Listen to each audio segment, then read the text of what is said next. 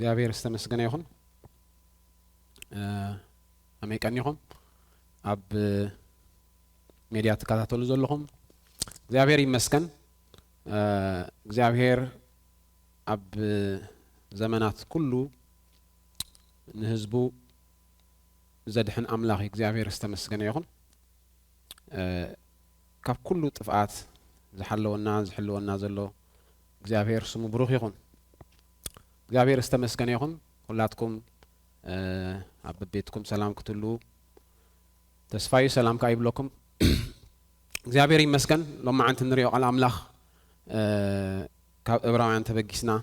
ክንከይዲና ቅድሚኡ ግን ሓፂር ጸሎት ስለ ቃል ኣምላኽ ክንጽሊና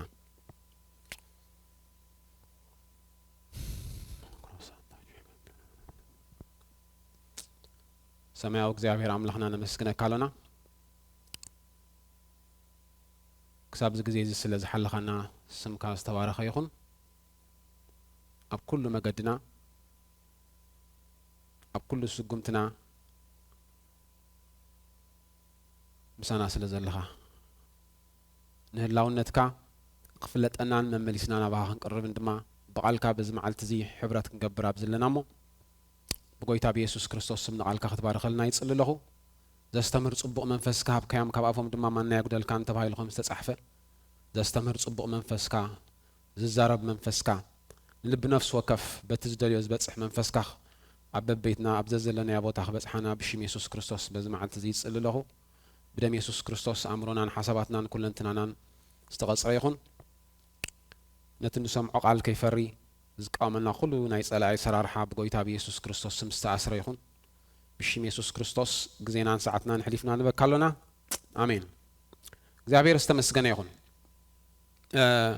كاب إبراهيم معرف 4 حدا قال كان ببمو دحريقو نافتي حساباتكم كيدينا زعبير يمسكن ኣብ ዕብራውያን ምዕራፍ 4 ከም ዝብል ቃል ኣሎ ብሓፈሻ ዕብራውያን መጽሓፍ ንእስራኤላውያን ወይ ከዓ ነቶም ኣይሁድ ወይ ድማ ነቶም ካብ ትውልድ ማትሒዞም ብዛዕባ እግዚአብሔር ፍልጠት ንዝነበሮም ንሰብ ኪዳን እዩ ተጻሒፉ ማለት እዩ እግዚአብሔር ይመስገን ስለዚ ካብቲ ምዕራፍ 2 እንድሕር ዳርኢናዮ ስለዚ ምእንታን ከይንጠፍእ ናብቲ ሰማዕናዮ ኣዝና ክንቅልብ ይግባአና ኢሉ ይጅምር ማለት እዩ እግዚአብሔር ይመስገን ናይ ዕብራውያን ጸሓፊ ምናልባት ብዙሓት ከም ሰማዕሉ ጳውሎስ ከይኮና ይክተርፍኒ ከምዙ እንታይ ዝብሎም ደሎ ናብቲ ሰማዕናዮ ኣዝና ከነቅልብ ይግባአና ምቕላብ ጥራይ ዘይኮነስ ኣዝና ኢና ከነቅልብ ዝግባአና ይብላሎ ማለት እዩ ምኽንያቱ ናይዚ ምኽንያት ድማ እንታይ ምንታን ከይንኸውን ይዝብል ደሎ ምእንታን ከይንጠፍእ ማለት እዩ እግዚአብሔር ዝተመስገነ ይኹን ናይ እግዚአብሔር ቃል ብሰማዕካዮ መጠን እንታይ ይገብረካ የድሕነካ ብሰማዕካዮ መጠን የናግፈካ ብሰማዕካዮ መጠን ይረድአካ ማለት እዩ እግዚአብሔር ዝተመስገነ ይኹን ካብ ምስማዑ ንድሕሪት ወይ ድማ ካብ ምስማዑ ብዝጎደልካ መጠን ከዓኒ እቲ ካብኡ ዝርከብ በረኸት ይጎድለካ ማለት እዩ ስለዚ ሓደ ካብኡ ድማ እንታይ እዩ ምጥፋእ እዩ ማለት እዩ ምጥፋእ ክብለና ከሎ እንታይ ማለት እዩ ብዙሕ ግዜ ብዛዕባ ፍርሃት ኣምላኽ ክንብል ከለና ብጣዕሚ ዝገርም ኢየሱስ ክርስቶስ ተሕጓሱ ኣብ ምንታይ ነይሩ ኣብ ፍርሃቱ ወይ ከዓ ኣብ ፍርሃት እግዚአብሔር ነይሩ ይብለና ኢሳይያስ 43 ክዛረብ ከሎ ማለት ስለዚ ብዛዕባ ፍርሃት ኣምላኽ ወይ ከዓኒ ክንሓስብ ከለና ብዓይኒ ጥፍኣት ክንሓስቦ ኣይግባአናን ወይ ድማ እግዚአብሔር ሲ ሓያል ስለ ዝኾነ ዓብ ስለ ዝኾነ እዛ ዝሓሰብኳ ጀሚርያ ዘለኹ መገዲ እዛ ዝኸይዳ ዘለኹ ሓንቲ ዝኾነት ነገር ከይትኹለፈኒ ኣብ ጥዕናይ ገለ ከይመጻኒ ኢልና እንድሕር ዳኣ ንሓስብ ኣለና ጌጋ ዓይነት ሓሳብ እዩ ማለት እዩ ምኽንያቱ ቁርብ እዚ ካብ ሃይማኖት ዘምጻናዮ ተሓሳስባ ኮይኑ ይስማዓኒ እግዚአብሔር ግን ክንፈሮ ዝግባአና ወይ ከዓ ፍርሃት እግዚአብሔር ቃል ኣምላኽ ዝነግረና ካብ ፍቕሪ ዝተላዕለ ፍርሃት እዩ እግዚአብሔር ይመስገን ስለዚ ምእንታን ከይንጠፍእ ናብቲ ሰማዕናዮ ኣዝና ክንቅልብ ይግባአና ይኽብል ከሎ ብዛዕባ እቲ ክንረኽቦ ዝግባአና ናይ እግዚአብሔር ነገር ከይጠፍኣና ምዃኑ ኣብቲ ትሕቲ እዩ ዝገልጽ ማለት እዩ እግዚአብሔር ዝተመስገነ ይኹን እምበር ሓደ ነገር ምስላጥ ምስ ኣቤካስ ነቲ ዝነበረካ በደል ክትጽብጽብ ወይ ከዓ ነቲ ዝነበረካ በደል ክትርኢ ጥራይ ኣይኮነን ንኣብነት ኣብዚ ግዜ እዚ ኣብ ዓለም በዚ ዘሎ ኩነታት ብዙሕ ትንታነታት ክወሃብ ይኽእል እዩ ወይ ከዓ ካብ መጽሓፍ ቅዱስ እንዳምፀ ሰብ ብዙሕ ነገር ክዛረብ ይኽእል እዩ ኣይንፈልጦን ኢና ብምንታይ ከም ዝመፀ ግን ሓደ ነገር ግን ዝኾነ ይኹን ከምዚ ኣጋጣሚ ወይ ከዓ ከምዚ ነገር ክመጽእ ከሎ ግን እግዚአብሔር ስለ ዝተቆጠዐ ኢልና ሓፈሻው ክንድምድም ግን ትክክለኛ ኮይኑ ኣይስማዕንን እግዚአብሔር ግና ኣብ ዝኾነ ይኹን ፀበባ ንዝኣተወ ሰብ ግና ናይ ምድሓን ኢድ ኣለዎ እዩ እግዚአብሔር ዝተመስገነ ይኹን እግዚአብሔር ናይ ምድሓን ኢድ ኣለዎ ናይ ምክልኻል ኢድ ኣለዎ ወይ ከዓ እግዚአብሔር ይከላኸል እዩ ንግረ መገዲ እዚ ሓሳብ ዘምጾ ዘለኹ ኣብዚ ዝነግረና ዘሎ እንታይ ዝብለና ዘሎ ናብ ሰማዕና ኣዝና ክነቅልብ ዝግባአና ምእንታን ከይንጠፍእ እዚ ምጥፋእ እዚ ከዓኒ ኣብቲ ትሕቲኡ ነጊሩሎ ማለት እዩ እቲ ዝተነገረ ቃል ካብ ዝጸንዕ ኩሉ በደልን ዘይምእዛዝን ከዓኒ ቅኑዕ ፍዱኡ ካብ ዝቕበል እንዳበለ ክሳብ ታሕቲ ይገልጽ ማለት እዩ ተቐንዲ ሓሳባተይ ግን ኣብቲ ምዕራፍ 3 ኣሎ ማለት እዩ ምዕራፍ 3 ጀሚሩ ክሳብ ምዕራፍ 4 ማለት እዩ እንታይ ዝብለና ምዕራፍ 3 ካብ ቁጥሪ 7 ጀሚሩ ስለዚ ምእንቲ እዚ መንፈስ ቅዱስ ከምዚ ይብል ኣሎ ኢሉ ሎም ድምፁ ተሰማዕኩም ኢሉሎ እንዳነጠርኩ ከንብበ ስለዚ ነዚ ወለዶ እዚ ኢሉ ቁጥሪ 10 ማለት እዩ ምክንያቱ እስራኤላውያን ነዊሕ ግዜ ምስ እግዚአብሔር ክመላለሱ ከለዉ ንእግዚአብሔር ባህ የበልዎን ባህ ስለዚ የበልዎ ብፍላያቶም ቀዳሞት ወለዶ ናይ ሙሴ ወለዶ ኢልና ንጽውዖም ሙሴ ሒዝዎም ዝመፀ ናብ ዕረፍቲ ናይ እግዚአብሔር ኣይኣተውን ናብ ዕረፍቲ ናይ እግዚአብሔር ዘይኣተውሉ ምክንያት ድማ እንታይ ስለ ዝኾነ እዮም ነቲ ቃል ስለ ዘይሰምዕዎ ወይ ከዓኒ ናብቲ ቃል ስለ ዘይድሃቡ ምዃኖም ይነግሮም ስለዚ ነዚ ወለዶ እዚ ኮሬ ኩሉ እሞ ኩሉ ሳዕ ብልቦም ይስሕቱ መገደይ ግና ይፈለጥዎም በልኩ ብቁጣዓይ ከዓ ናብ ዕረፍቲ ኣይከኣቱን እዮም ኢለመሓልኩ ይብለና ማለት እዩ እምበኣርሲ ናብ ዕረፍቱ ንምእታው ተስፋ ካብ ዝተርፈልና ምዕራፍ 4 ይዘልል ኣለኹ ማለት እዩ ምናልባሽ ሓደ ካባኻትኩም ድሕሪት ተሪፉ ኸይሉ ንፍራህ ኢሉ ናብ ዕረፍቱ ምእታው ኢለ እዛ ቃል ኣምላኽ ኣርእስቲ ሂብያ ዘለኹ ስለዚ ናብ ዕረፍቲ እግዚአብሔር ምእታው ዕረፍቲ ዝብሎ ቃል ኣምላኽ ኣየናይ ወይ ከዓኒ ናብ እግዚአብሔር ኣቲኻ ወይ ከዓኒ ናብቲ ናይ እግዚአብሔር ህልውና ወይ ከዓ ናብቲ ናይ እግዚአብሔር ሓሳብ ኣቲኻ ምዕራፍ ዝበሃል ነገር ከም ዘሎ ቃል ኣምላኽ ኣብ ዝተፈላለየ ቦታ ይነግረና እግዚአብሔር ዝተመስገነ ይኹን ኢየሱስ ክርስቶስ እንታይ ኢሉ ኣቱም ኩልኹም እትጽዕሩን ጾር ዝኸበደኩምን ኣነ ክዕርፈኩም ናባይ ንዑ ኢሉ ከመይ ገይሩ እዩ ዝዕርፍ እንድሕር ኢልና ሽዑ ነጊሩሎ ማለት ያው ኣርዑተይ ጽሩ ኢሉ ነፃ ክትከውን ዘይኮነስ ጾር ናቱ ምሰጽወረካ ወይ ከዓኒ ናይ ጾር እቲ መንፈሳዊ ጾር ወይ ከዓ እቲ ናይ እግዚአብሔር ጾር ክትስከም ምስ ጀመርካ ኣብቲ ሓሳብ ኣምላኽ ክትኣቱ ምስ ጀመርካ ብዛዕባ ዝርከብ ዕረፍቲ እዩ ዝዛረብ ዘሎ ማለት እዩ ስለዚ ናብ ዕረፍቱ ንምእታው ተስፋ ካብ ዝተርፈልና ኢሉ ናይ ዕብራውያን ጸሓፊ ድማ ይዛረብ ኣሎ ተስፋ ካብ ዝወሃበና ማለት እዩ ተስፋ ካብ ዝወሃበና እግዚአብሔር ብዙሕ ግዜ ኣብ ብሉይ ኪዳን ንህዝቡ ናብ ዕረፍቲ ከእትዎም ተስፋ ሂብዎም እዩ ግን ስቲል እዚ ተስፋ እዚ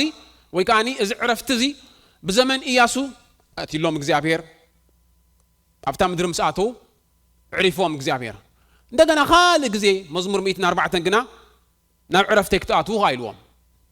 ድሕር መዝሙር ዳዊት ምስ ሓለፈ ማለት እዩ ኣብ ዘመን ሰሎሞን ድማ እግዚአብሔር ኣቀዲሙ ንሳኦል እንታይ ኢልዎ ነይሩ ንዳዊት እንታይ ኢልዎ ነይሩ ካባኻን ዝውለድ ኣብ ዙፋንካ ክቕመጥ ኢልዎ ካብቶም ኣብ ዙርያኦም ዘለዉ ኩሎም ከዓ እግዚአብሔር እንታይ ክገብሮ ኢልዎ ክዕርፎ እዩ ኢሉ ስለዚ እቲ ምዕራፍ ዝበሃል ነገር ዝተፈላለየ ደረጃ ክህልዎ ይኽእል እዩ ኣብ ሓድሽ ኪዳን ብኢየሱስ ክርስቶስ ዝርከብ ዕረፍቲ ግና እቲ ዝዓበየ ዕረፍቲ ምዃኑ እቲ እግዚአብሔር ሽድሽተ መዓልቲ ምስ ሰርሐ መበል 7ይቲ መዓልቲ ዝዓረፈሉ ምዕራፍ ብኡ ከም ዝምሰል ድማ ናይ ዕብራውያን ጸሓፊ ኣብዚ ይነግረና ማለት እዩ ስለዚ ናብቲ ዕረፍቲ እቲኣ ክንኣቱ ንጋደል ምስ በለ ምዕራፍ 4 ቁጥሪ 11 እዛ ዕረፍቲ እዚኣ ምስ ምንታይ መሲልዋ እምበኣሲ ናብ ዕረፍቲ ሰንበት ዝኣተወስ ከምቲ ኣምላኽ ካብ ግብሩ ዝዓረፈ ንሱን ካብ ግብሩ ዓሪፉ ኣሎ እሞ ኢሉ ይጅምር እግዚአብሔር ይመስገን ድሕሪ እዩ ንህዝቢ ኣምላኽ እዚ ዕረፍቲ እዚ ተዳልዩሎ ኢሉ ማለት እዩ እግዚአብሔር ይመስገን ኢያሱ ዕሪፎም ነርቶ ዝኾንሲ ገና ከም ብሓድሽ ወይ ከዓ ብድሕሪኡ ብዛዊት ክዕርፈኩም ኢሉ ኣይ ምስ ተዛረበኒ ይብለና ማለት እዩ እዚ ዕረፍቲ እዚ ከመይ ጌርካ እዩ ዝርከብ ማለት እዩ ወይ ድማ ከመይ ጌርና ኢና ንዕርፎ ብቐዳማይ ዝተምሃርናዮ ብጣዕሚ ዝገርም ቃል ነይሩ ንሱ ከዓ ጳውሎስን እቶም ምተኣስርቱ ዝነበሩ ናብ ሮማ ክኸዱ ከለዉ 14 መዓልታት ብጣዕሚ ዝገርም እዚ ቃል ዝኸንብቦ ከሎ ኩሉ ግዜ ዝገርመኒ ኣይ ዶንት ኖ 14 መዓልታት ከይበልዑ ከይሰተዩ ከይደቀሱ እቲ ጭንቀት እቲ ዝነበረ ፀበባ ክሳብ ክንዱይ ነይሩ ማለት እዩ ይመስለኒ ጳውሎስን ተጨኒቁ ነይሩ እዩ ጳውሎስ ከም ሓደ ማንም ሰብ ምዃኑ ክፈልጦ ይግባአና እዩ ምክንያቱ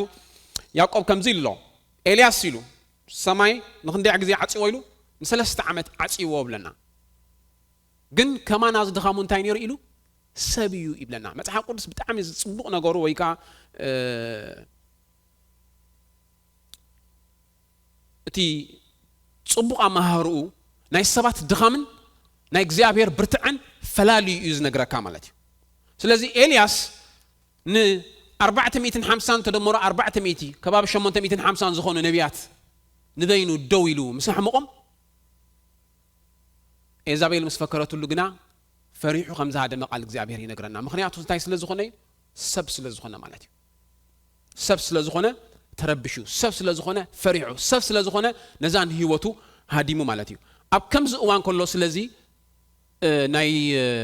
إغزابير ساعة كندي كم زرودو ساعة كندي كم زدوقفو يعقوب كتصحف كله انتايلو إلياس كمانا دخامو السبيلو سلازي باولوس أبزبوتازي أنا يفرح نيرو ويكا أني يفرح نيرو ويكا فريح نيرو يليز حسب سلازم الأخ إغزابير بليت انتايرو تزاريبو إغزابير يمسكن أتصنانيعو أبراتيعو مالتي إغزابير يمسكن إزي ناتو دمصي ويكا أني إزنا يزي ملأخ دمصي قال إغزابير حيو سلازم أتسقنا إذا قال إغزابير زي عرفتي يبو أملاخ استمسكن يخون قويت حد جزء أبجيته سمعنا خوينو ختصلو خلو نفسه بتعمل تجني قبلنا مستجنقت دم كرس جميرو مالتي دم كرس مسجمرة ملاخ إغزابير جنا زبراتو ملاخ كاشعو متسي وايب لنا زت صنعنا كونفرت زقبرو يب لنا إغزابير يمسكن انتي زقبرو زبراتو مالتي مخنياتو سب كل جزء أبز برخ درجة منفساو نجار يبصح بزي قدس نفس جام مملاسو جنا زي ترفي ويكاني أمونجو كم حسب إغزابير وصي ويكاني أمونجو تأكل بيزولو معبلات كناوص أو يمان تأجام كبلو يخيلي مالتي إغزابير يمسكن سلازيو قال إغزابير كل جزين إمنت ويكاني قال إغزابير نموكال مالتي بمنتاي جيرو يزمسلو بمركب جيرو يزمسلو أب مركب أب زكروز قال لما لا تسألكم تفوت نتوانكم دحرج أنا في بحر قصكا متى بيلكا بتعمي زفرح مهنياتو مركب استمثلنا من تاين دحريلنا أب تزفرح على مسي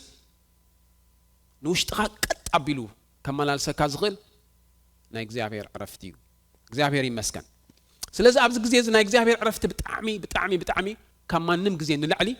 أزيو زقد سلو وانيو مالتي إغزابير يمسكن مهنياتو علم بحبريتا أزيا مليئة أب زينها أخذ الجزين تاي يزبالالو أب ميديا أب زينا جنراليس أب ميديا مالتي أب ميديا تقربوسي كل جزء حدا فلي نجار خونالو مالتي ناب نتسي حدا سب أيسي بحد خل بتنخيسي الكاس أي توصني خاي بلو أب ميديا مخنياتو سب خل بخنكاس نبوري مالتي حدا سب أين حدا خل بنخيسوان تيلو مخاجن كوت سألوا أب نيوز لمن تاين دحريلنا حدا فلي نجاري سلازي اتي كفو زبال ويكاني اتي أزي زفرحن زسكح كان عالم استجبر أكيبهم سلازي سمعنا نوشتنا ويكاني حساباتنا أمورنا خلنا وصي يخيلي نا إغزابير قال جنا كل جزء عرفت ذهب قال إغزابير يمسكن بفلاي ناو أزي خان دقرب كم ستخير وتم حق خازف قرو بلنا نا إغزابير قال انتي علوه ميلو بزح سلام علوه مي بلنا أملاخ استمسكن يخون نا إغزابير قال ويكاني نا إغزابير حقي أمورنا حساباتن قطع أصر زغل العلا أمره ويكال المردة يزبلونا إغزابير قال أملاخ استمسكن يخون سلام نوشت أخمل أكاز زغلي مالتي إغزابير يمسكن كاب زخونة زناوص لكا نجر كدحن زغل نجرات بوزيو سبات سبورت خسر كل يوم مديتيشن قبر كل يوم مدهاني تكوحط كل يوم قلنا بار زخونة فتح زي كمتص يخيليو نمنتاين دحريلنا نوشت منفس كازي كونس ننفس خاص لازتنكف مالتي قال إغزابير دما خمزيلو سب انتاي انت موتا وشتو انت موتا ويكا منفوس اندحردا مويتو ويكا منفوس اندحردا تغوديو من كتصغنو يخيل ويكا من كطيو من كدغفو يخيل يبلنا إغزابير طراي ايو كدغفو زخيل املاخ استمسكن يخون اذا قال زي نسب ابراويان كنغروم كلهم بعار بز نجر زي مخنياتو سب ابراويان اب نوص يام نيرم حدا خافت زنبروم نوص انتايو مكرا نيرو ويكاني persecution ويدما بامنتهم بتعميهم الساددو نيرم ايداويان ازيم حيالاتهم كل جزء مالت culturally traditionally بتحبرتسب بتبهلي بقول نجار أزيم تأمراتهم community centered ويكاني نايت تحبرتسب ما أكل زجبرة بهلن أكايدان أتحساسبان يزلهم أفتح حبرتسبهم نبلون عبنت إذا معربة علم ኣብቲ ኢንዲቪጁዋል ወይ ድማ ኣብቲ ውልቀ ሰብ ዘተኮረ እንዳኾነ ይኸይድ ኣሎ ብፍላይ ካብ 1960 ንጆ ማለት እዩ ቅድሚኡ ዝነበረ ምናልባት ፍሊዝ በለ ኾን ኽእል ግን ኣሄድ ብፍላይ ግና ኣብ ሕብረተሰብ ኣዝዩ ዘተኮረ ከም ዝናና ባህሊ ኾን ይኽእል እዩ ወይ ካኡ ድማ ቁርብ ሕልፍ ዝበለ ኾን ኽእል እዩ ማለት እዩ እንታይ ማለት እዩ ከባቢኻ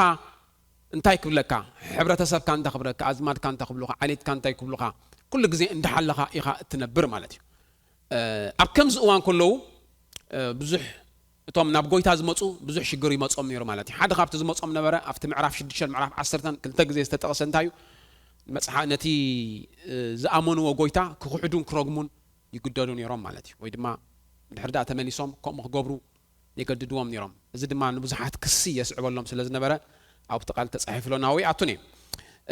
ከምዚ ግና ኢልዎም ኣሎ ነቲ ብዙሕ ገድልን ስቃይን ተዓጊስኩም ብርሃን ተቐበልኩም ለን ቀዳሞት መዓልታት ግን እንታይ ግበርዎን ኢልዎም ዘክርዎን ኢልዎም ብዙሕ ገድልን ስቃይን ተዓጊሶም እዮም ቃል ኣምላኽ ዝረኽቡ ነይሮም ቃል ኣምላኽ ከም ገይሮም ስለ ዝረኽብዎ ድማ እንታይ ገብርዎ ነይሮም ብጣዕሚ በቲ ቃልቲ ድማ ሓጎስ ዝመልአ ህይወት ይመላለሱ ነይሮም ኣብ ከምዚ ከለዉ ግና ምግባት ንብረትኩም ከዓኒ ተዓጊስኩም ይብሎም ንብረቶም ክሳብ ከይተረፈ ዝውሰደሎም ዝነበረ ብዙሕ ፕሪቪሌጅስ ወይ ድማ መሰላት ኣብቲ ሕብረተሰብ ዝነበሮም ብዙሕ ደገሉ እዋን እዮም ነይሮም ኣብ ከምዚ ከለዉ እንታይ ኢልዎም ካልእ ዕረፍቲ ኣሎ እቲ ሙሴ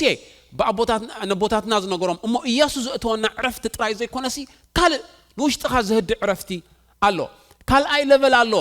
ካልእ ደረጃ ኣሎ ነፍስ ወከፍና ከዓኒ ናብዚ ዕረፍቲ ዝኽንኣቱ እግዚኣብሔር ይደልየና እዩ ኢሉ ይነግሮም ኣሎ ማለት እዩ እግዚኣብሔር ዝተመስገነ ይኹን ሎሚ ብዙሓት ክርስቲያናት ኣለዉ ብዓለም 1 ቢልዮን ዝቆኑ ወይ ከዓ ልዕልዩ ዝኾን ቁፅሪ ኣሎ ማለት እዩ ካብዚ ምናልባት እቶም ንጎይታ ህይወትና ሂብና ኢና ንብል ዝተወሰነ ቁፅሪ ክኸውን ይኽእል ኣይፈልጥን ግን ኩሉ ሰላም ኣለዎ እዩ ኩሉ ብሰላም ኣምላኽ ይመላለስ እዩ ክንብል ግን ኣይንኽእል ኢና ምክንያቱ ሰላም ናይ እግዚአብሔር ሰላም ናይ ኢየሱስ ክርስቶስ ዕረፍቲ ናይ ኣምላኽ ኣብ ሓደ ደረጃ ዝተመርኮሰ እዩ ንሱ ኸ እንታይ እዩ ክንርአና ብሓደ ማለት እዩ ሉቃስ ምዕራፍ 10 ሓደ ዛንታ ኣሎ እቲ ዛንታቲ ክንርአና እግዚአብሔር ይመስገን ናይ ማርታን ናይ ማርያምን እዩ ማለት እዩ ማርታን ማርያምን ክልተ ኣሕዋት እየን ነይረን ማርታ ዓባያ ማርያም ከዓ ንእሽተያ ማለት እዩ ማርያም ኣደ ጎይታ ከም ዘይኮነት እዚ ተስፋ ገብር ኩላትና ንፈልጦ እዚኦም ክልተ ኣሕዋትን ሳልሳይን ሓውን ድማ ኣልዓዛር ነይሩ ስለዚ ሓደ ግዜ ጎይታ ክበፅሕ እንከሎ እቲ ቃል ከም ብቦየ ካብ ምዕራፍ 10:38 ክሳብ 42 ከም ብቦየ ክኸዱ ከለዉ ድማ ንሱ ናብ ሓንቲ ዓዲ ኣተወ ይብለና ማርታ ስማ ሓንቲ ሰበይቲ ከዓ ኣብ ቤታ ተቐበለቶ ማርያም እትበሃል ሓብቲ ድማ ነበረታ ንሳ ከዓ ዘረብኡ ክትሰምዕ ኣብ ጥቓ እግሪ ኢየሱስ ተቐሚጣ ነበረት ማርታ ግና ብብዙሕ ምግልጋል ትፅዕር ነበረት ደው ኢላ ከዓ ጎይታይ ሓብተይ ሓዲጋትኒ በይነይ ከገልግልዶ ግዲ የብልካን ኢኻ እምበኣርከ ክትድግፈኒ ንገራ በለቶ ኢየሱስ ድማ ማርታ ማርታ ብብዙሕ ነገር ትጭነቕን ትጉሂን ኣለኺ እቲ ዘድሊ ግና ሓደ ጥራይ እዩ ማርያምሲ ካብኣ ዘይውሰድ ግቡእ ፅቡቕ ግደ ሓርያ ኣላ ኢሉ መለሰላ ይብለና እግዚአብሔር ይመስገን ትዛንታ ኩላትና ንፈልጦ ኢና ኣብ መንጎ ማርታን ማርያምን ክልቲአን ኣሕዋት ዝነበረ ነገር እዩ ማርታ ዓባይ ሓፍታን ማርያም እያ ከም ዝበልናዮ ኣብ መንጎ ማርታን ማርያምን ፍልሊ ግና እቲ ዝበለፀን እቲ ፅቡቕን ኢሎ ክፈልዮ ደስ ይብለኒ ምክንያቱ ማርታ ኣብዚ ቦታ እዚ ሕማቕ ነገር ጌራ ኢለ ኣይሓስብኒ ዝገበረቶ ሕማቕ ነገር ኣይኮነን ጥራይ ዘይኮነ ኢንፋክት ፅቡቕ ነገር እያ ጌራ ምክንያቱ እንታይ እያ ትገብር ዘላ ተገልግል እያ ዘላ ምግልጋል ፅቡቕ እዩ ማንም ሰብ ኣብ ቤትካ ዝመፅእ እኳ ዳ ንኢየሱስ ክርስቶስ እያ ተገልግል ዘላ ማለት እዩ ኢየሱስ ግን ኣብቲ ግዜ እንታይ ዝገብር ነይሩ ይምህር እዩ ነይሩ ወይ ከዓኒ ይዛረብ እዩ ነይሩ ቃል ኣምላኽ ይዛረብ እዩ ነይሩ ከነስተውዕሎ ዝግባአና ነገር መን ይዛረብ ኣሎ እዩ መን ይዘገልግል ዘሎ ማለት እዩ እግዚአብሔር ይመስገን ብዘይገድስ ቃል ኣምላኽ ይዝረብ እንተሎ ነቲ ቃሉ ብዘስዕብ ተኣምራት ዘሰኒ ናይ እግዚአብሔር መንፈስ ግና ኩሉ ግዜ ኣብ ልብኻ ብዝተቐበልካዮ መጠን ኣሎ እግዚአብሔር ይመስገን ጳውሎስ ንሰብ ተሰሎንቄ ከም ኢልዎም ኣብ ልብኹም እንታይ ይገብር ኣሎ ኢልዎም እቲ ካብ ኣፍና ዝወፅእ ቃልሲ ከም ቃል ኣምላኽ እምበር ከም ቃል ሰብ ስለ ዘይተቐበልኩሞ እንታይ ይገብረኩም ኣሎ ኢልዎም ኣባኻትኩም ይጎይን ይዓይን ኣሎ ኢሉ እግዚአብሔር ይመስገን ስለዚ ቃል ኣምላኽ ክጎይ ክዓይ ኣብ ህይወትካ ከመይ ተቐቢልካዮ ብጣዕሚ ወሳኒ እዩ ማለት እግዚአብሔር ይመስገን ማርታ ቁጥሪ 1 እንድሕር ኢና ማርታ ኣዝያ ብዕዮ ዝተጸምደት ሰብ እያ ነይራ ወይ ከዓ ምሳሌ ናይ ሓንቲ ብዕዮ ዝተጸምደትሲ نمن تعي خمزلا ويكانتي علامة نايتي معيايا أمونغو زرسعته دو خبله ويكاني شلل زبولته ويكا زي ذكرته خويني سمعني مغنياتو يسوس قدامي زدليا نجار in fact أبملسون it was disappoints قبر من سمني سلام مالتي مغنياتو كاب أزي وسد قدي حالي لهم أخذ كون نيركي مالتي مارتا بعيوس تسأمدت يا بعيوس لسأمدت جنا مسمع زخون لبي نمسمع زخون انتاي زبالة أين بران سمعت أين بران أتتصم أنا جر نمسمع أنت زخون يرو كم مقلقال نلعني كتسمع ممارسات مالتي هذا نجار كرد عنا يقبوي قدامي كل جزء يسوس مسؤول كون كنسمع تقال أملاك أبيوتنا كعي إنوز دلك زعبيري مسكن لومي أبيوتنا استفعل عليه زينا دمت استفعل عليه حسب دمت أبيوتنا زعبا زخون زبلش شجر خون خل whatever زخون نجار نحردا كابتي مس أملاك زلنا سلام نحردا هو قدلنا جميرو هذا نجار زنجعنا خم زلنا نجركم يفوتوا سوغان تايو دمتسي أين سمعن علينا مالتي مغنياتو مزمور عسران شعاتن كم زيب لنا دمتس إجزابير انتايب لنا دمتس إجزابير برتوعي دمتس إجزابير حيال يب لنا دمتس إجزابير بمنتايو بحيل يب لنا نأم ليبانوس نخلو انتاي قبرو يقرار صوي سبابرون رابات كا يولد أنيلو أبيوت كا بزعبا زخون زبالة زخون يخون زي كون السلام زخل أكا زبالة نجار قال إجزابير مزمت يزبل إجزابير يمسكن يسوس أبت معبلات ندخل دخلو انتاي لمو قددو يبلكانيو لمو تعميز قرن قددو يبلكانيو لمو السخاني أي قدادو انتاي جيرو بتيلو مالتي نصوم يتسعرو السخاء بتيلو نيرو مالتي يسوس نتمعبل مسقن حقنا انتاي جيرو تساتيلو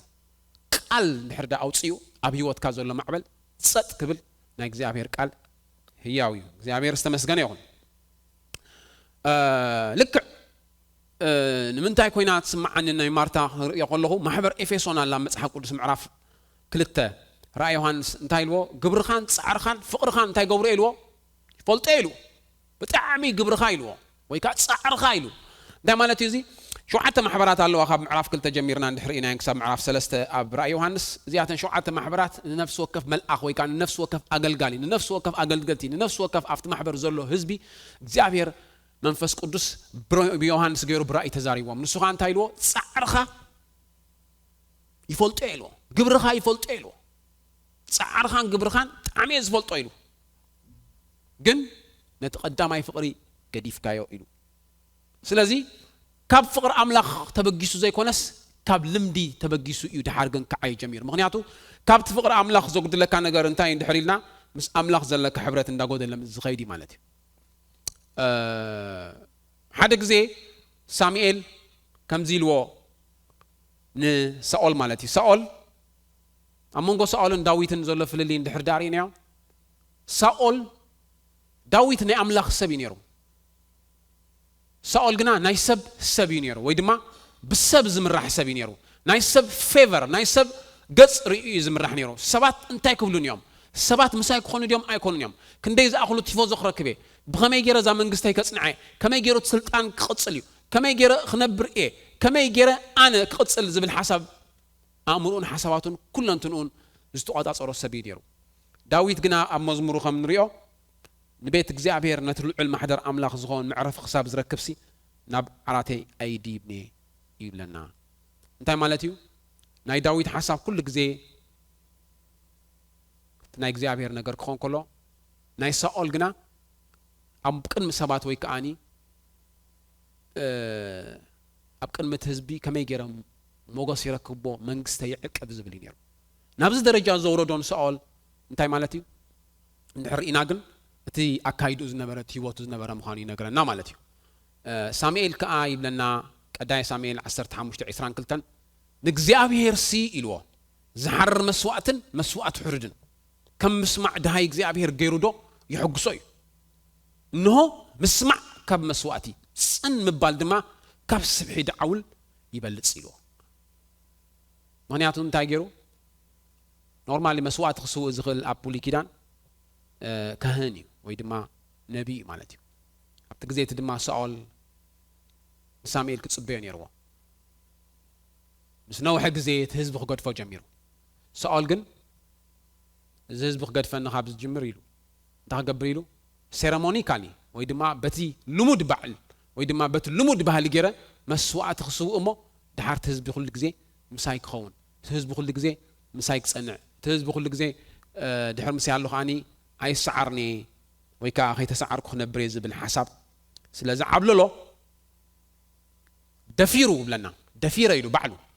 دفيرة سوي إيه إلوان ساميل مالت ساميل كان زي أخمل السؤال خلو تايلو نجزابير سي زحر مسوعة حرجن كم مسبع دهاي جزابير جردو يحقسو إلو بحطو جرو مليسوا ده مالتي جزابير زحقسو نجار انتايو مسمع دهاي بقى جزابير لو ما أنت نبيوتيس انتايبل لو ما أنت جزابير سي بزعبا زخونة تاتي انتايبل لو مجزابير بزعبا زخونة تاتي زخون زلوس انتايبل إلكا ختمرمر كلها إلكا ناب جزابير كتقرب كلها بقى كم عب مسواتي كم عب عشر كم عب هياب كم عب أقلقلوت نلعلي جزابير زهار فون زدليون نجار مخانو قال جزابير بنتصور أقميت والله مالتي عم بقوم كم جرو بزعبا زخون زلوس انتاي كم زخون كفلت إلو بقى عبت السفرة محلويك أو دوي نخص بيه أو خي نخسمي عينه جزابير يمسكن أنا قنا حق خاب أفو قبل إلو الله كاب أفو زخون حق دما تقبل وصي معرف كل توصي ربعته جزابير حدا قال هيبوه إذا قال زدما لزمانات موائل كساب نبانا أولوس كاو كوت جيرو أب معرف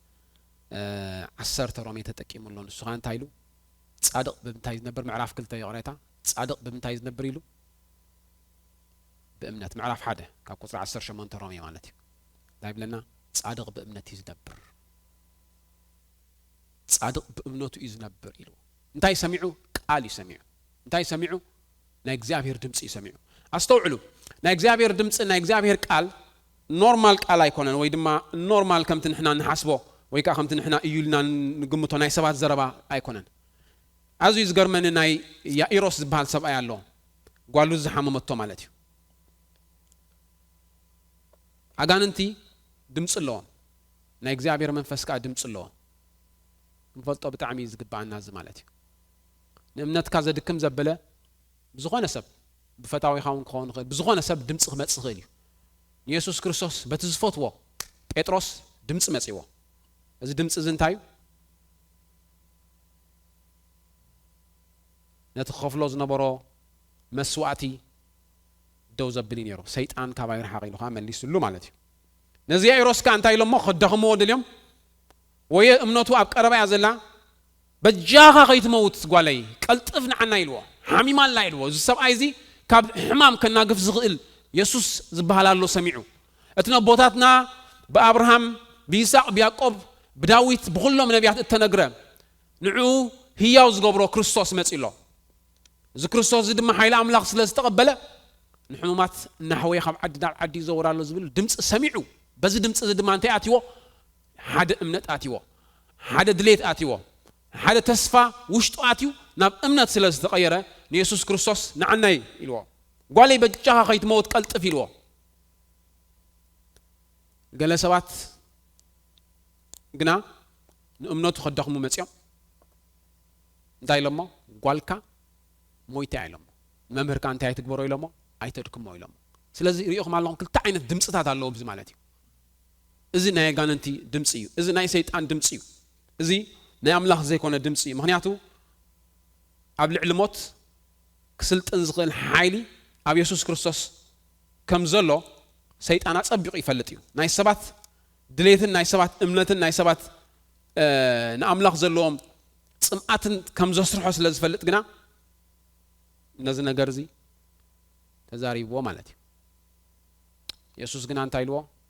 እመን ኢልዎ ኣይትፍራሕ ኢልዎ ውሽጡ እንታይ ገይሩ ቀጥ ኢሉ ማለት እዩ እግዚአብሔር ይመስገን ካብ ኢየሱስ ዝወፀ ድምፂ መንፈስ ቅዱስ ውሽጡ ምስ ኣተወ ጸጥ ኣቢሉ ኣምላኽ ዝተመስገነ ይኹን ከም ትልክዕ ነቲ ማዕበል ጸጥ ዘበሎ ነቲ ማዕበል ገኒሖ ብለና እግዚአብሔር ይመስገን ሎሚ ኣብ ህይወትና ሓደ ቃል ሎሚ ኣብ ህይወትና ቃል ክግለጽ ከሎ ሎሚ ክንሰምዕ ከለና ሎሚ ንእግዚአብሔር بتصوم بصلاتن نادلنا دمصو هنقو كنبل كلنا نا እግዚአብሔር መንፈስ ድምጽ ይሰድድ እግዚአብሔር استመስገን ይሁን እዚ ድምጽ እዚ ድማ ዝተገልጸና እግዚአብሔር ቃል እዩ አምላኽ ይመስገን ጎይታ ድማ ነዚ ይዛረብ ዘሎ ማርታ ግና በቃ ተጸሚዳ ብዕዮ ና አምላኽ ከተገልግል በቃ እዚ ክንቅርብ እዚ ክንገብር እቲ ክንገብር እዚ ክንገብር እቲ ክንገብር እዚያ ጎዲላ ቲያ ጎዲላ ክትብል እቲ ናይ ምስማዕ ሸውሃታ ልኩት ኢሉ ኢየሱስ ቃል ይዛረብ ሰማይን ምድርን ዝፈጠረ ቃል ኢየሱስ ክዛረብ ከሎ ሓደ ነገር ክንፈልጥ ይግባአና ሎሚ ኣብ ህይወትና ቀዳምነት ንህቦ ነገር ቃል አምላኽ እንድሕርዳ ዘይኮይኑ ኩሉ ነገር ንግደፎ ማለት አይኮነን ኩሉ ነገር እናገበርና ኩሉ ናብራ ክንነብር ይግባአና እግዚአብሔር ይመስገን ኩሉ ነገር እናገበርና ግና ኣብ ህይወትና ንድምጹ ንቃሉን ቀዳምነት ክንህቦ ይግባአና እግዚአብሔር ይመስገን እንተዚህ ሃብና ያክሳብ ሕጂ ወይ ካብት መሃብ እንተጎደልናኻ እግዚአብሔር ተቆጥዕና ማለት አይኮነን ምክንያቱ ሓደ ነገር ክንፈልጥ ይግባአና አምላኽ ንወዱ ንምንታይ ልይኹ ብለና ንዓለም ይልይኹ ወይ ካኒ ነቲ ዓለም ዘሎ ሰብ ይፍቅሮ ኢና ንብል ዘለና እቲ አቤቱ ዘሎ ሰብ ግና ክንደይ ካብኡ ንላዕሊ ዝያዳ ዘይፍቅሮ ስለዚ እዚ ድምጽ እዚ ካል ድምጽ እዩ ነዚ ድምጽ ሰጊርና አምላኽ ከም ዘፍቅረና አምላኽ ከም ዝጽበየና ናብ አምላኽ እንተቀሪብና ኤኒ ታይም ካብ ዝኾነ ደረጃ ዘለና ነገር ናይ እግዚአብሔር ድምጽ ናባና ክመጽእ ይኽእል እግዚአብሔር ይመስገን ንኹሉ ድምጽታት ካኒ ጸጥ ይዘብሎ እግዚአብሔር ይመስገን ብድሕሪት ኩሉ ዱዓዋዕ ዝብል ድምጽ ንኤልያስ እንታይ ገይርዎ ኣብቲ በረኻ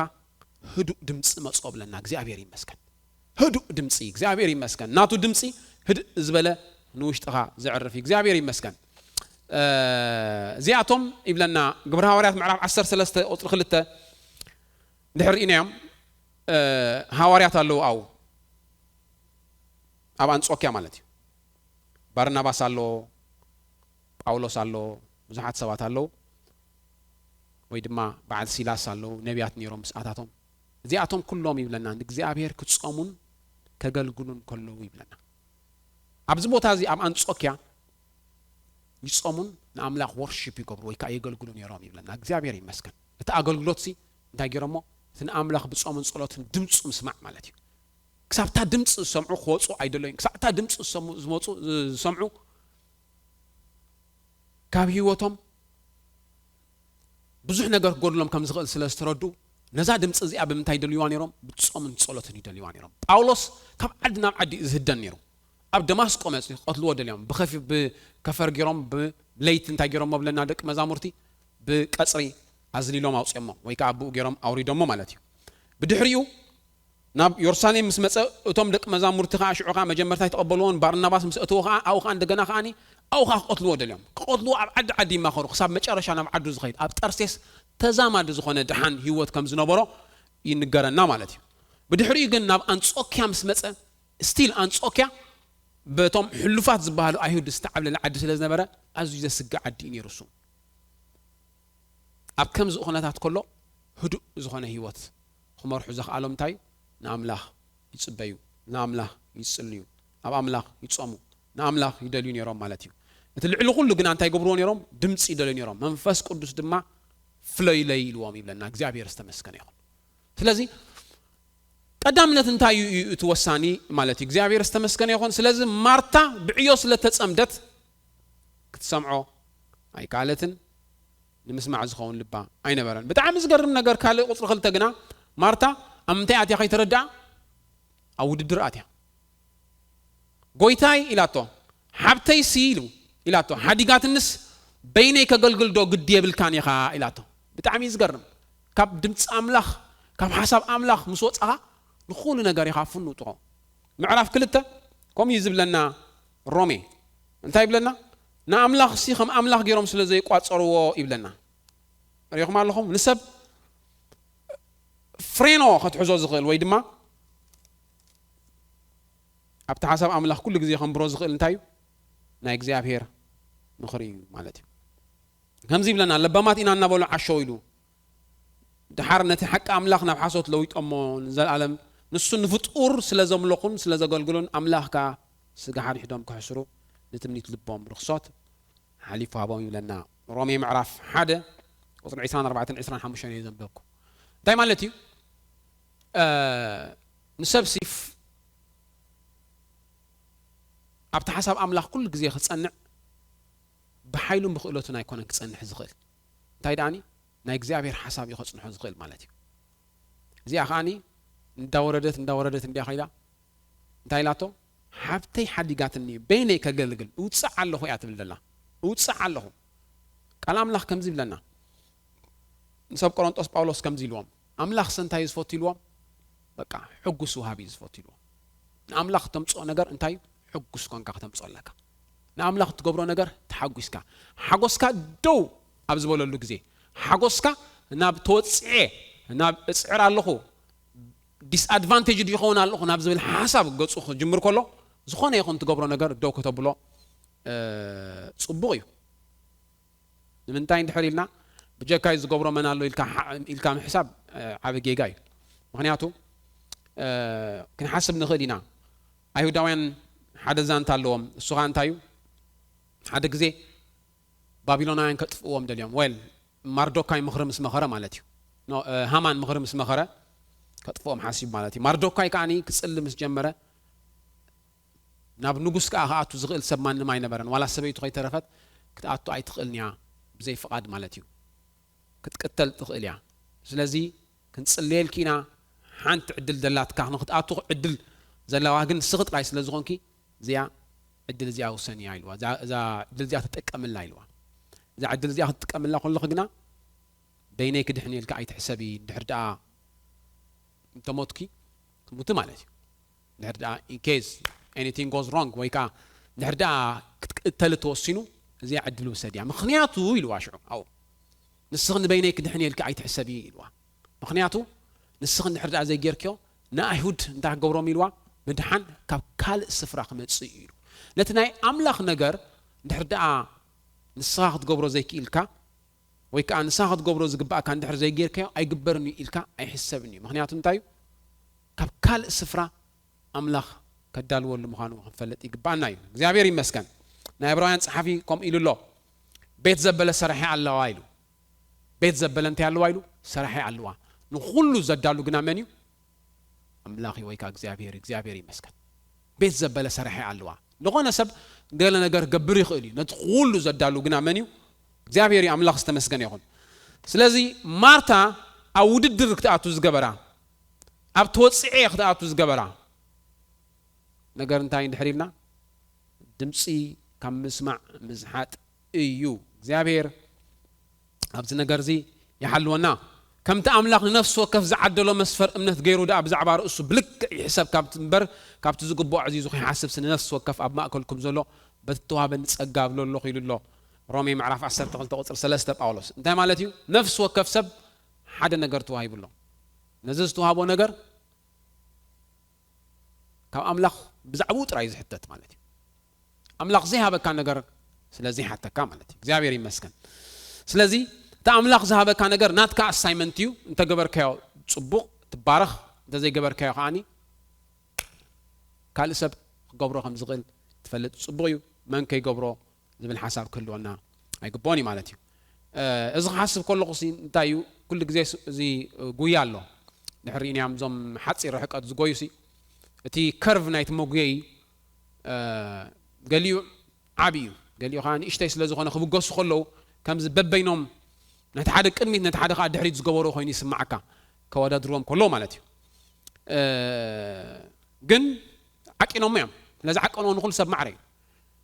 كوادا دروم كله جنا خمزي سنس خمزي أسكال لازم مثل كوينو أبى بينهم يوم نتحدث كلمة نتحدث بدحري جبرو مغنياتو تقدمي تزلو انتايو تناتو كيرف نويحي تي دحري تزلو خات ناتو كيرف نيشتي ويكاني تسبيو سلازخونه مچرشا كل حدي مالتي زوم سبات زيوم كنتي توصعي قال يلوم من تايم زي حاسبون دحرينا كل نجر نناتكا مخمزلكا ببناتكا قاني بتا مقدخا بزخدكا كم تمزن سلاز فولتيوم املا كومو نفس وكفنا نناتنا اسايمنت خمزهبنا كردانا صبو እግዚአብሔር ይመስገን حدا زي فلت سب مصيغنا لمن تاي نز وصعمو دحريت غيرمو نزخان لمن تاي نقلميت غيرمو خبل خيلي دحريت فلت كونكا خومي يسمعك مالتي لمن تاي انا زياده صعر على لمن تاي انا صعر على لمن تاي تبل እግዚአብሔር ይመስገን ማርታ ቆሚያ ትብልደላ ንምንታይ ኣነጽዕር ንምንታይ ሰኸፍ ኢላ ኣላ ብጣዕሚ ዝገርም ካልእ ማርታ ብጣዕሚ ኮምፕሌን ገይራ ንምንታይ እንድሕር ኢልና ሕጂኻ ሓደ ከምቲ ገሊኣቶም ዘዕዘምዘሙ ብለና እሞ እቲ መጥፍእኻ ዘጥፍኦም ኣይንዕዘምዝም ኢሉ ቀዳይ ቆሮንጦስ ምዕራፍ 10 ቁጽሪ 10 ኮምፕሌን ምግባር ወይ ከዓ ምዕዝምዛም እግዚአብሔር ዘይፈትዎ ነገር እዩ ባይ ዘ ወይ ኮምፕሌን ካብ ምንታይ ዝመጽእ ወይ ከዓ ምዕዝምዛም ካብ ምንታይ ዝመጽእ ካብ ምስጋና ዝጎደለ ህይወት እዩ እግዚአብሔር ንውሽጥኻ እግዚአብሔር ንልብኻ ምስጋና ዝመልኦ ንምንታይ እንድሕር ኢልና ናብ እግዚአብሔር ክትቀርብ ከለኻ ማለት እዩ እግዚአብሔር ይመስገን ኣፈይ ብስሓቅ መንሓሰይ ከዓ ብእልልታ ይብለና እግዚአብሔር ይመስገን ኣብ እግዚአብሔር ኩሉ ግዜ ዝውድሱ ወይ ከዓኒ እግዚአብሔር ኩሉ ግዜ ዘምልኹ ሰባት ኩሉ ግዜ እንታይ ኣለዎም ኣብ ውሽጦም ዘትረፍርፍ ህይወት እዩ ዘለዎም እግዚአብሔር ይመስገን ምክንያቱ ናይ እግዚአብሔር መንፈስ ኣብ ማህሌት እስራኤል ዝነብር ይብለና ባንችስ ኦፍ ፕሬይዝስ ይብሎት ማህሌት ዝብል ቃል እንታይ ማለት እዩ ኣብ ብዙሕ ምስጋናታት ወይ ከዓ ዝተትረፍረፈ ምስጋና እንድሕር ኣሎ ናይ እግዚአብሔር መንፈስ ኣብኡ ይነብር ኣምላኽ ዝተመስገነ ይኹን ማርታ ኸዓኒ ኣብ ምምራር ተኣቱላ ምክንያቱ ቃል ኣምላኽ ክትሰምዕ ዝኸውን ህይወት ኣይ የብላን ኣብዚ ግዜ እዚ ማለት እዩ ካልእ መዓርታት ጉሂን ትጨነቕን ኣለኹ ኢልዋ ጎይታ ብጣዕሚ ዝገርም እሳ ተጨኒቐን ጉሂን ኣይበለትን ጎይታ ግና ነቲ ውሽጢ ሓሊፉ ምሰንበቦ እንታይ ኢልዋ ማርታ ኢልዋ ብብዙሕ ነገር ትጨነቕን ትጉሂን ኣለኽ ኢልዋ ጭንቀትን ጓህን ካብ ምንታይ ዝመጽእ ንሕር ኢልና ካብ ዓለም እዩ ዝመጽእ ወይ ከዓኒ ካብ ናብራ እዩ ዝመጽእ ካብቲ ኩሉ ዝኸውን ምንዋጻት እዩ ዝመጽእ ምክንያቱ ኣብ ዓለም ዘጨንቕን ዘጉህን ነገራት ብዙሕ ነገር እዩ ዘሎ ማለት እዩ ነዚ ኩሉ ካልም ክገብር ዝኽእል ነዚ ኩሉ ኩንሽ ክገብር ዝኽእል ነዚ ኩሉ ልክዕ ከም ዝረሰነ ሓፂን እሞ ኣብ ማይ ዝሑል ምስእተኻዮ ዘፍ ከብል ዝኽእል ግና ናይ እግዚአብሔር ድምፂ እዩ ኣምላኽ ዝተመስገነ ይኹን ናይ እግዚአብሔር ድምፂ ብሓይሊ እዩ ይብለና 29 መዝሙር ዳዊት ናይ እግዚአብሔር ድምፂ ኻን ብምንታይ ይኻይኑ ብግርማ እዩ ይብለና ኣምላኽ ይመስገን ስለዚ ብሓይሊ ዝመፀ ነገር ንኹሉ እንታይ ይገብሮ እዩ ጸጥ እዩ ዘብሎ ማለት እዩ ማርታ ልክዕ ጎይታ ከም ኢልዋ ብብዙሕ ነገር ትጭነቂ ትጉሂን ኣለኺ ኢልዋ ሓደ ግዜ ሓደ ዛንታ ኣሎ ንሳሙኤል ዝወለደቶ ሃና ሽማ ነይራ ሃና ውላድ ኣይነበራን ጴኒና ትበሃል ከዓኒ ካልእ ሰበይቱ ክልተ ኣንስቲአን ነይረንኦ ጴኒና ሽማ ሃና ሽማ ማለት እሳ ከዓ ወሊዳ 5 ቆልዑ ነይሮማ ብለና ስለዚ ኩሉ ግዜ እንታይ ትገብረላ ነይራ ተባጭወላ ነይራ ይብለና እኳ ከየባጭወትላ ከቢድ ክነሱ ምስ ኣባጭወትላ ማዕረኽ እንደይ ክስምዓ ከም ዝኽእል ክንግምቶ ንኽእል ኢና ማለት እዩ ማርት የቕረይት ሃና ንምንታይ ጉያ ኢላ ኣነ ይሓስብ ነየ ምክንያቱ ዘጉህ ነገር ኣብ ዓለም ብዙሕ እዩ እቲ ናታ ጽቡቕ ነገር ትብልሒ ግን እንታይ ገይራ እንዳበርት ምስ ከደት ግና እቲ ጭንቀታ መፅያ ኣፍሲሳቶ እቲ ዘፍሰሰቶ ጭንቀታ ኤሊ ከይተረፈ ክሳብ ዝግረም ኮይኑ ማለት እዩ እንታይ ኸኢልዋ ስኽራንካ ኣውፅዮ ኢልዋ መስተሰቲ ይኽለኸ ማለት እዩ ምክንያቱ ከም ዕቡድ ይኺ ከመይ ዓይነት ሕሰቦ ሓደ ሰኽራም ከመይ ይዛረብ ወይ ሓደ ዝዓበደ ሰብ ከመይ ይዛረብ እቲ ናታ ምረት ክሳዕ ክንድኡ ስለ ዝነበረ ከም ዓይነት ጸሎት ጸልያ ማለት እዩ ምክንያቱ ብደገ ኮይኑ ክዕዘባ ከሎ እንታይ ኢልዋ ስኽራንኪ መዓሲ ክተውፅዮ ኢልዋ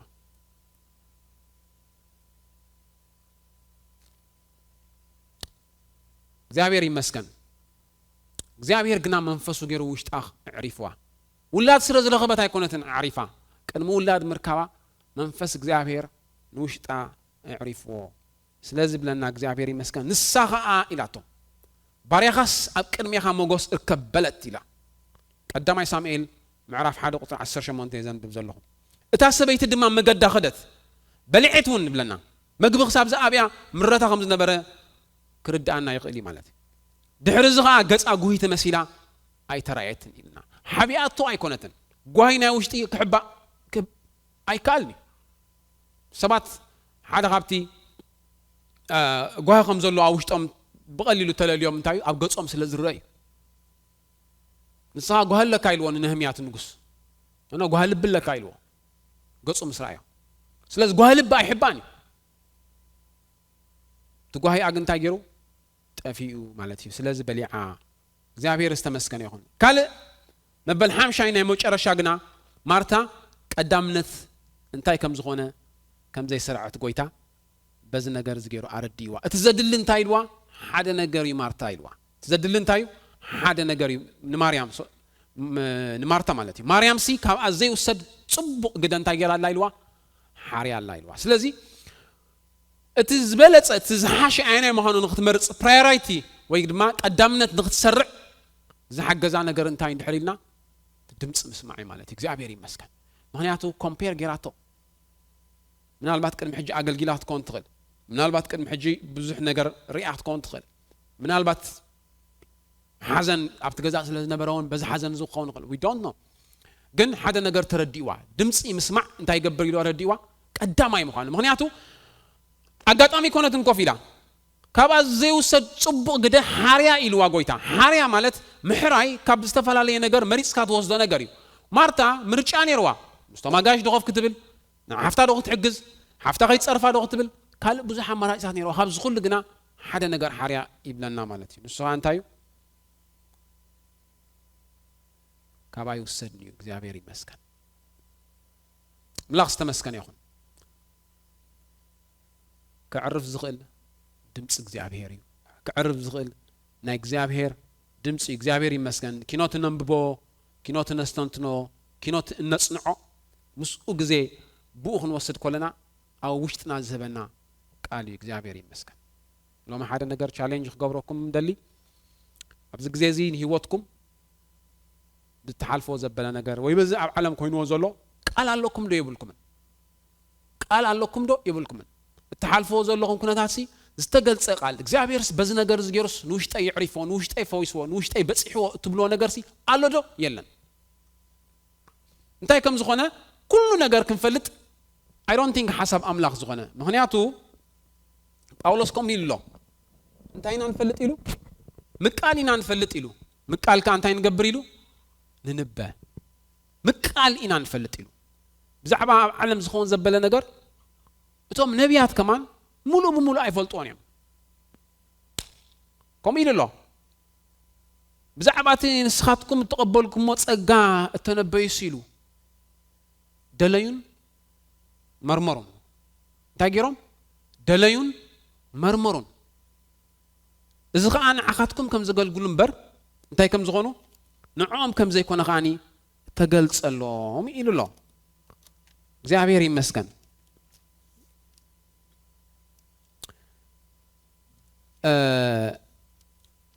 ንምንታይ እንድሕር ኢልና እግዚአብሔር ሓሳባቱ ከምኡ እዩ እቲ ምኽሩ ኩሉ ግዜ ሕቡእ እዩ ነቶም ዘፍቅርዎ ይገልጸሎም እዩ ማለት እግዚአብሔር ይመስገን ግን ነቶም ዘፍቅርዎ ክገልጸሎም ከሎ ከዓ ከመይ ገይሩ እዩ ዝገልጸሎም ኢልና ክንሓስብ ከለና ሙሉእ ብሙሉእ ከም ዘለዎ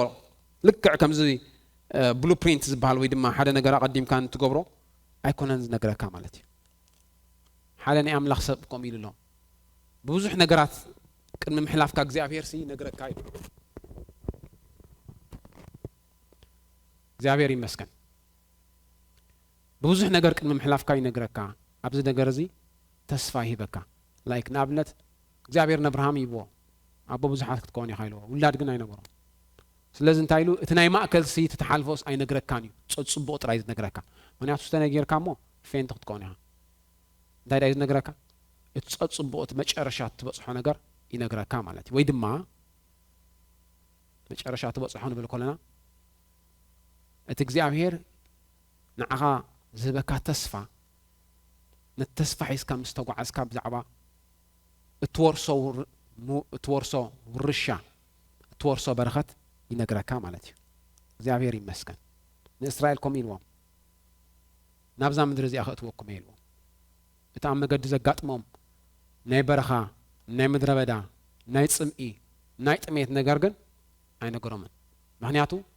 ኣብቲ ቦታትን ኣዕኹ ከልዎ እሞ ብኡ ገይርኩም ምህሮም ስለ ዝድለየ ማለት እዩ እግዚአብሔር ይመስገን ኩሉ ነገር ንምንታይ እግዚአብሔር ዘይተዛረቦ እግዚአብሔር ኩሉ ነገር ብትንቢት ተዛሪቡ ድዩ ነቢያት ነጊሩ ድዩ ገለ ሲ ካልኣው ነገር ኮይኑ ይስማዓኒ እቲ ቀንዲ ግና ነዚ ግዜ ዝትሰግሮ ንኩሉ ግዜ ግን ኣብዚ ግዜ እዚ ድማ ብፍላይ ቃል ኣለካ ዶ ይብልካ እግዚአብሔር ይመስገን ድሕር ዳ ዘይብልካ ኮይኑ ሎሚ ኣብ ቅድሚ እግዚአብሔር ክትቀርብ لومي أبقى إنك زعفير قالك توسد لومي أبقى إنك زعفير بتصومن بتصولات إنك تقرب كم تيناي مريم كابخا زي وسد صبق قدك تحري بخال نجارات كي تتحسكا قال نجارات كي عبل لك كله توسد قال إخزابير ينقرأ كاملة إخزابير يمسكن نزن حموش زبلنا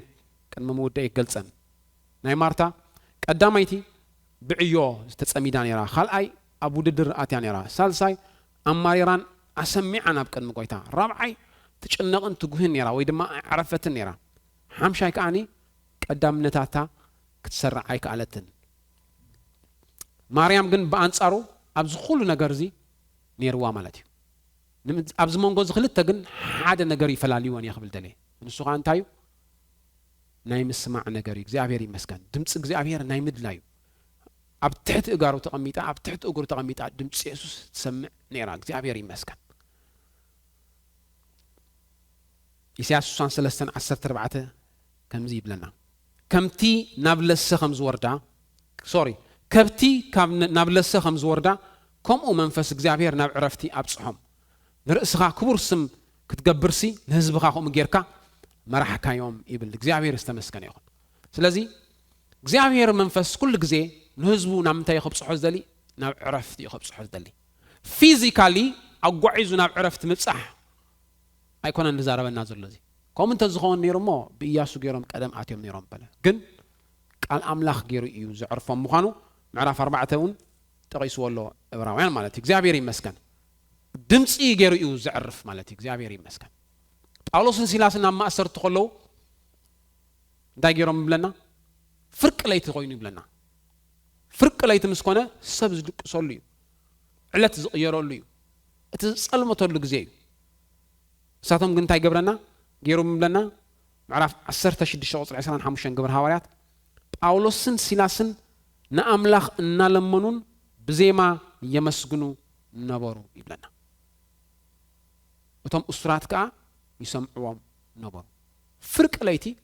تقدكيتهم تشينس ويد ما بسن سنة تأثيرهم كله أنزان كلهم نزخول زحلف سلام وشتهم سلازم الأجنان تاي قبرو بلنا نأملاخ نالمنو بزيما يمسجنو نبارو እግዚአብሔር ይስተመስገን ይሁን ሎሚ ናይ እግዚአብሔር መንፈስ ካብቲ ጫውጫው ናይ ዓለም ወፂና ኣብዚ ነገር ዝኽንኣቱ ይደለና እግዚአብሔር ይመስገን ይደለና አምላክ ይስተመስገን ይሁን መንፈስ እግዚአብሔር ድማ ኩሉ ግዜ ካብ ዝኾነ ደረጃ ዘለናዮ ናብቲ ድምፁ ዘለዎ ነገር ከምፃና ካባና ንእሽተይ ነገር ይዝደሊ እግዚአብሔር ይስተመስገን ይሁን ካባና እንታይ ይዝደሊ ንእሽተይ ነገር ንኣምላኽ ቅረቦ ንስኻ ቅረበኩም እዩ ይብለና እግዚአብሔር ይስተመስገን ይሁን ሓደ ግዜ ኣብ ልክ ዓስመራ ዩኒቨርሲቲ ትምህርቲ ምስ ወዳእኩ 2013 ኢና ወዲና ድሓር ዩኒቨርሲቲ ሰርቪስ ተባሂልና ኣብ ሳዋ ነርና ኣብኡ ዋርሳይ ካሎ ዝበሃል ቤት ትምህርቲ ነይሮሞ ንምህር ነርና ማለት እዩ እቲ ዝነበረ ኩነታት ኣዝዩ ከቢድ ነይሩ ምክንያቱ ሓደ ካብቶም ኣዝዮም ዓበይቲ ሓለፍቲ ዝበሃሉ መፅኡ ኩናት መጀመሩ ስለ ዘይተርፍ ኩሉ ሰብ ክዳሉ ከም ዘለዎ ነጊሩ ማለት እዩ ሰባት ከይወፁ ተባሂሉ ድማ ይኽበብ ነይሩ ተምሃሮ መምህር ነይረ ሸዓነ ማለት እዩ ኣብቲ ቦታት ሸዓ ዩኒቨርሲቲ ወዲና ኸይድና ኣጋጣሚ ትነውፂ ትጭንቀት ትድምፂ ስለ ዝነበረ ትምህርቱን ክጅመር ኣይተኻለን ኣነ ኸ ኣጋጣሚ ሕኩርምቲ ከስድድ ቆፀራ ስለ ዝነበረትኒ ነስመራ ወረቐት ስለ ዝነበረትኒ በዚኣ ሲ ከም ሰብ ሓሲበ ማለት በዚኣ ገይረስ ኣትሊስት ኣነ ኸማን ክወፅእ ክእል ኢለ ስለ ዝሓሰብኩ ናብቲ ሓላፊ ዝነበረ ኸይደ ኣዛሪበዮ እታ ወረቐት ኣርእዮ ኣብቲ ግዜ ትቕቡሉ ነይሩ ማለት እዩ እሱ ግን እንታይ ይብለኒ ኖ ሕጂ ምውፃእ ዝበሃል የለን ኣይትወፅን ኢኻ ይብለኒ ማለት እንታይ ክብል ደልየ ኣብዚ ቦታ ዝኸለኹ ግን ዋላ ሓንቲ ስራሕ ኣይነበረናን ብፍላይ እቶም መምሃራን ዝነበርና ከዓኒ እቲ ዝነበርናዮ ኩነታት ዝሓሸ እዩ ነይሩ ብስጋ ማለት እዩ ስለዚ ዋላ ሓንቲ ስለ ዘይነበረና ከዓ بتجزي ملو معلتي مزمور ناي بعل درجة دا سمعنا حد حاوني رم ساب تجزيتي مسكالا يعني رب حدا جزا قال أملاخ ملو معلت خن ببوع النيرة مالتي صلاة نصلينا نبب صوم صلاة نبل نيرنا مالتي نوصد نيرنا بتعمي زقرم نجار شعو حدا قال أوش تيمسيو أملاخ أنتس من بريخا يتنزل على ما ينقل اسمه دما أبتحت اللواز بالقال እግዚአብሔር ይመስገን ዝቃል ዚ ፍጹም ህድአት ፍጹም ዕረፍቲ ፍጹም ሰላም ይብን እግዚአብሔር ይመስገን ነትዝነበረ ድምጽ ትዝነበረ ጫውጫውታ ትዝነበረ ፍርሃት እንከሎ ውሽጠይ ግና በጣም ሰላም መልዩ እግዚአብሔር ይመስገን በትቃል ተጋጊርኻ ተሰጋጊረ አምላኽ ዝተመስገነ ይኹን ብዙሓት ኩሉ ግዜ ከም አብነት የምጽዮን ብዙሓት ካባኻትኩም ድማ ከምዚ ዓይነት ምስክርነት ክህልወኩም ይኽእል አምላኽ ጥንት ግና መንበሪና እግዚአብሔር ይመስገን ትትማል ቃል ዝሃበና ሕጂውን እሙን እግዚአብሔር ይመስገን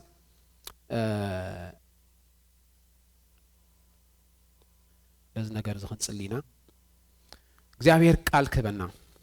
ነቶም ዝሃበና ድማ በዝ ነገር ዝናበዝኸና ባረኽኽ ባረኸና በዝ ነገር ዝኽውስኸና በዝ ነገር ዝኽዕቤና እግዚአብሔር ዝተመስገነ ይኹን ሰዓትና ስለዝኣኸለ በዝ ዝኽንጽሊና እግዚአብሔር ይመስገን ሎሚ ከምቲ መጀመርታ ዝበልኩኹም ናብ ዕረፍቲ ክእትወኩም ዝኽእል ናይ እግዚአብሔር ድምፂ እዩ ናይ እግዚአብሔር ቃል እዩ ቃል ኣለኩም ዶ አምላኽ ዝተመስገነ ይኹን እንጽሊና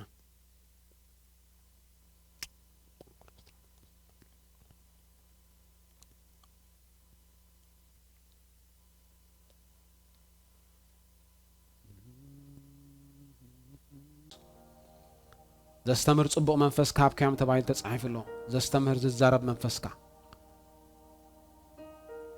ካብ ድኻምን ካብ ስንፍናን ካብ ውድቀትን ካብ ኃጢአትን ከናግብ ዝኽእል ቃልካ ካብ ስንፍናን ካብ ዘይምትጋሃን ከተስእ ዝኽእል ህያው ዝኾነ ቃልካ ብጎይታ ብኢየሱስ ክርስቶስ ናብ ውሽጢ ነፍሲ ወከፍ ከተእቱ ይጽልሎ መንፈስ ኣትወኒ እሞ ደው ድማ በልኩ ተባሂልኩም ተጻሕፈ ናይ እግዚአብሔር መንፈስ አብዮት ነፍስ ወከፍ ክዳቱ በጎይታ በኢየሱስ ክርስቶስ ስም ይጽልይ ማዕልትና ግዜና ንሕሊፍና ንበካልና ጎይታ ነፍስ ወከፍ ናይዝ ቤተ ክርስቲያን አባል ብሽም ኢየሱስ ክርስቶስ በዚ ማዕልት እዚ ይጽልሎ ጎይታ